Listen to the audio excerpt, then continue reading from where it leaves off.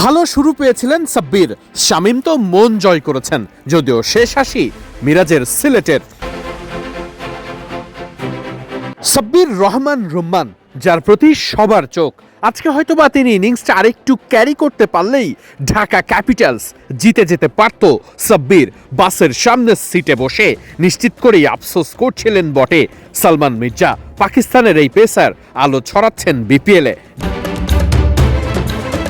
Niacinamide ও salicylic সমৃদ্ধ lily face wash, যা ফেসের ডেড স্কিন সেল দূর করে দেয় দ্বিগুণ ফাস্টার ব্রাইটেনিং।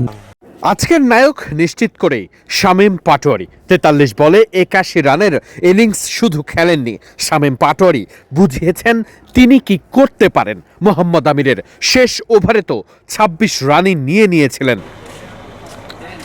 চেহারা দেখেই বোঝা যাচ্ছে ব্রুক বেশ ভালোই উপভোগ করছেন সময়টা। ক্যাপ্টেন মেহেদী হাসান মিরাজ শেষ বলে তিনি দেখিয়ে দিয়েছিলেন কোথায় বলটা করতে হবে। সেই প্ল্যান ম্যাপিং বল করেই সাকসেসফুল মোহাম্মদ আমির। ওমরজায় এক রাতেই এসে যেন পুরো পাশার দানটায় বদলে দিয়েছেন। সিলেট টাইটান্স এখন খুবই শক্তিশালী। ঘরের মাঠে তারা এখন আরও লম্বা সময় ম্যাচ খেলার সুযোগ পাচ্ছে। হোম ক্রাউডের ধার কতটা সেটা আজ ভালোভাবেই টের পেয়েছে ঢাকা ক্যাপিটালস। শীতে যেখানে দাঁড়ানোই যাচ্ছে না, সেখানে সিলেট টাইটান্সের সমর্থকরা মাঠে এসেছেন। চুল ধারণের জায়গা নেই, পুরো মাটি প্যাকড। প্রথম ম্যাচ হেরে শুরু করা সিলেট টাইটান্স এখন টানা জয়ে রীতিমতো আনন্দে ভাসছে। টিম বাসটাও যেমন সুন্দর, জার্সিও সুন্দর। সব থেকে বেশি সুন্দর বোধ হয় সিলেটের সমর্থকরা। তাদের সামনে এমন একের পর এক জয় নিশ্চয়ই বুস্ট করছে সকলকেই। সাব্বিরের প্রতি আলাদা নজর আছে। সামনে টি-20 বিশ্বকাপ, ভালো করলেই মিলতে পারে বিশ্বকাপের স্কোয়াডের সুযোগ। এমন আলোচনা যখন তুঙ্গে, তখন সাব্বির নিশ্চয়ই ভালো কিছু করতে চাইতেন। সাইফকে নিয়েও আছে চিন্তা।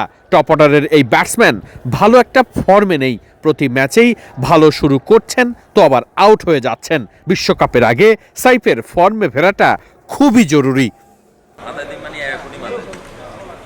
ঢাকা ক্যাপিটালসের মিডল অর্ডারের দুই কন্ডারি মোহাম্মদ মিথুন আর নাসির হোসেন দুজনই ভালো করতে পারছেন না ব্যাট হাতে। তবে নাসিরের বল বেশ ভালোই ইকোনমিক্যাল, ক্যাপ্টেনের কাজেও লাগছেন বেশ। নাসির নিশ্চিত করেই চাইবেন আগামী দিনগুলোতে মিডল অর্ডারে দলকে বড়ভাবেই সাহায্য করতে। ঢাকা ক্যাপিটালসের সবথেকে বড় পোস্টার বয় নিঃসন্দেহে তাসকিন আহমেদ। আইএল টি-20 অভিজ্ঞতা নিয়ে এসেছেন, দারুণ বোলিং করেছেন, দুর্দান্ত ফিনিশিংয়ে ঢাকা ক্যাপিটালস যখন আটকে দিয়েছে খুলনাকে, শেষ ওভারের দারুণ বোলিংটা তো করেছিলেন তাসকিনই। অভিজ্ঞতায় তাসকিনের পক্ষে কথা বলছে। আসন্ন টি-20 বিশ্বকাপের আগে তাসকিন নিশ্চয়ই দারুণ শেপে থাকতে চাইবেন, ঢাকা ক্যাপিটালসের হয়ে সেরা ফর্মে থাকতে।